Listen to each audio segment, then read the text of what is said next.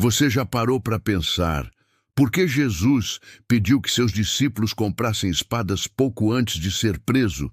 Ou por que ele permitiu que uma legião de demônios entrasse numa manada de porcos, sabendo que todos se afogariam logo em seguida? E o que significa aquele versículo quase despercebido em João, capítulo 20, que fala sobre o lenço que estava dobrado no túmulo vazio? Nos últimos tempos, eu descobri algumas interpretações fascinantes de passagens bíblicas, que muitas vezes lemos de forma superficial, sem entender a profundidade que elas carregam. E posso garantir uma coisa: o que você vai ouvir hoje tem o poder de transformar a maneira como você enxerga a palavra de Deus. A jornada pelos mistérios escondidos da Bíblia começa agora. Vamos começar pela tentação no deserto. Durante muito tempo, eu via esse episódio como algo relativamente simples. Afinal, estamos falando do Filho de Deus.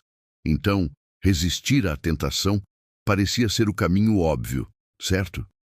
Mas quando mergulhamos nos detalhes, percebemos que aquele momento foi uma das batalhas espirituais mais intensas e decisivas de toda a história da humanidade. Pense comigo.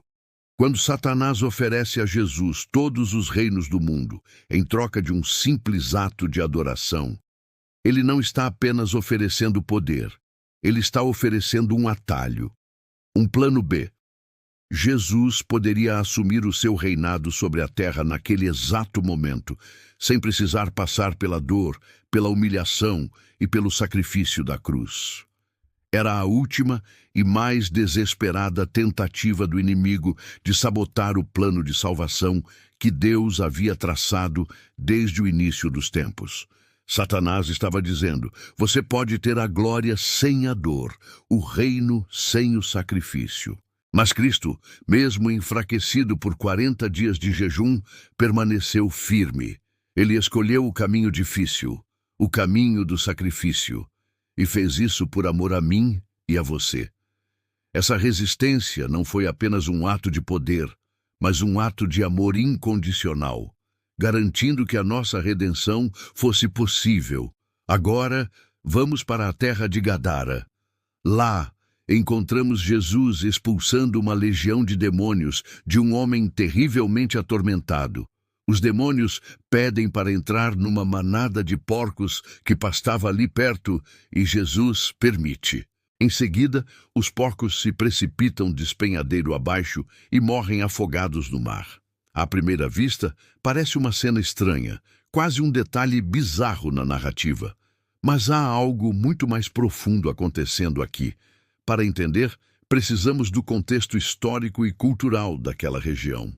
Naquela época, a área era dominada pelo Império Romano, um símbolo de opressão militar e política para o povo judeu. E qual era um dos emblemas usados pelas legiões romanas estacionadas ali? Um javali, um porco selvagem. O porco, além de ser um animal impuro para os judeus, representava o poder opressor de Roma. Ao permitir que os demônios, que simbolizam o mal e a destruição, entrassem nos porcos e os levassem à ruína, Jesus estava enviando uma mensagem poderosa e visual. Ele estava demonstrando publicamente que seu poder é superior a qualquer império terreno, a qualquer força militar e a qualquer autoridade espiritual maligna. Com uma única palavra, ele não apenas libertou um homem, mas também declarou que o reino de Deus triunfa sobre todos os reinos deste mundo. Nada, absolutamente nada, é maior que o poder de Deus. Vamos avançar para uma das declarações mais conhecidas e talvez mais mal interpretadas de Jesus. É mais fácil um camelo passar pelo fundo de uma agulha do que um rico entrar no reino de Deus. Por séculos, essa frase foi usada para sugerir que a salvação é praticamente impossível para os ricos. Mas e se o fundo da agulha não fosse o pequeno objeto de costura que imaginamos? Muitos estudiosos e historiadores acreditam que o fundo da agulha era, na verdade, o nome popular de um portão menor, uma pequena passagem nas muralhas das cidades antigas. como Jerusalém. Durante a noite, os portões principais e maciços da cidade eram fechados por segurança. Se uma caravana chegasse tarde, a única forma de entrar era por esse portão estreito. Para que um camelo, um animal grande e carregado, pudesse passar por ali, ele precisava primeiro se ajoelhar. Depois, toda a sua carga, todas as mercadorias e bagagens precisava ser removida. Só então, despido de seu fardo e em uma posição de humildade, o camelo conseguia se espremer e atravessar para o outro lado. Não era impossível, mas exigia um processo de despojamento e humilhação. A analogia de Jesus se torna então brilhante. Entrar no reino de Deus não é impossível para quem tem riquezas, mas exige as mesmas condições. É preciso se ajoelhar, se humilhar diante de Deus. É preciso deixar para trás a carga do orgulho, da autossuficiência e da confiança nas riquezas. Precisamos entrar rendidos, despidos de tudo aquilo que nos pesa, confiando unicamente na vontade e na graça do Pai. Agora, vamos para o jardim do Getsêmani, nos momentos que antecederam a prisão de Jesus. Ele diz algo que soa contraditório aos seus ensinamentos de paz. Quem não tiver espada, venda a sua capa e compre uma. Os discípulos, confusos, mostram 2 espadas e Jesus diz: basta. Mais tarde, quando os guardas chegam, Pedro, impulsivo como sempre, saca sua espada e corta a orelha de Malco, o servo do sumo sacerdote. Imediatamente, Jesus o repreende. Guarda a tua espada, ele ordena, e num gesto de pura graça, toca a orelha do homem e o cura instantaneamente. Por que Jesus primeiro sugere a compra de espadas e depois proíbe o seu uso? A chave está na cura. Naquele momento, ao atacar o servo do sumo sacerdote, Pedro cometeu um crime grave. Ele teria sido preso e muito provavelmente condenado à morte. Ele era culpado. Mas, ao curar Malco, Jesus fez algo extraordinário. Ele apagou a prova do crime. Não havia mais ferida, não havia mais evidência. Jesus, em um ato de misericórdia, eliminou a prova que condenava seu discípulo. Isso é uma prefiguração poderosa do que ele faria na cruz poucas horas depois. Na cruz, Jesus não apenas perdoou os nossos pecados, ele apagou o registro da nossa dívida. O sangue dele lavou e removeu completamente a evidência que nos condenava diante de Deus. Nada mais justo e belo do que chamar isso de redenção perfeita. Ele nos livrou não apenas da punição, mas da própria acusação. Finalmente, chegamos ao túmulo vazio na manhã da ressurreição.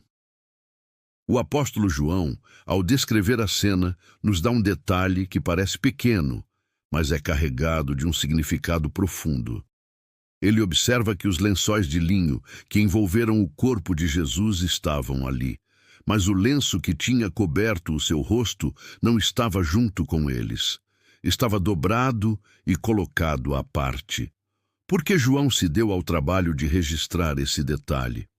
Na tradição e etiqueta judaica da época, havia um costume entre mestre e servo durante uma refeição. Quando o servo arrumava a mesa, ele esperava o mestre terminar. Se o mestre se levantasse e deixasse o guardanapo ou lenço amassado sobre a mesa, significava: eu terminei, pode limpar. Mas, se o mestre se levantasse e dobrasse o seu lenço cuidadosamente, deixando-o sobre a mesa, a mensagem era completamente diferente. O lenço dobrado significava: ainda não terminei, eu voltarei. Ao deixar aquele lenço facial dobrado no túmulo, Jesus estava declarando em silêncio, mas de forma inequívoca: a minha obra não acabou, eu voltarei. Era uma mensagem silenciosa, uma promessa deixada para seus discípulos e para todas as gerações futuras. Uma promessa de esperança, de retorno e de consumação de todas as coisas. Essas histórias incríveis nos mostram que cada palavra, cada detalhe e cada gesto registrado na Bíblia tem um propósito divino. Nada está ali por acaso. A palavra de Deus é um tesouro inesgotável, e quanto mais nós buscamos, mais cavamos e mais pedimos entendimento ao Espírito Santo, mais Deus se revela a nós nas entrelinhas, mostrando a beleza e a perfeição do seu plano. Então, qual dessas revelações mais te surpreendeu ou tocou o seu coração? A escolha de Jesus pela cruz, o poder sobre os porcos, a lição do camelo, a redenção de Pedro ou a promessa do lenço dobrado? Deixe aqui nos comentários, eu adoraria saber. E se você gostou deste conteúdo e quer mergulhar ainda mais fundo, me diga se devo trazer uma parte 2, explorando os segredos escondidos no Antigo Testamento. Obrigado por me acompanhar nesta jornada. Se este vídeo te abençoou, não se esqueça de deixar o seu like, se inscrever no canal e ativar as notificações para não perder os próximos. Que a palavra de Deus continue a ganhar vida em seu coração.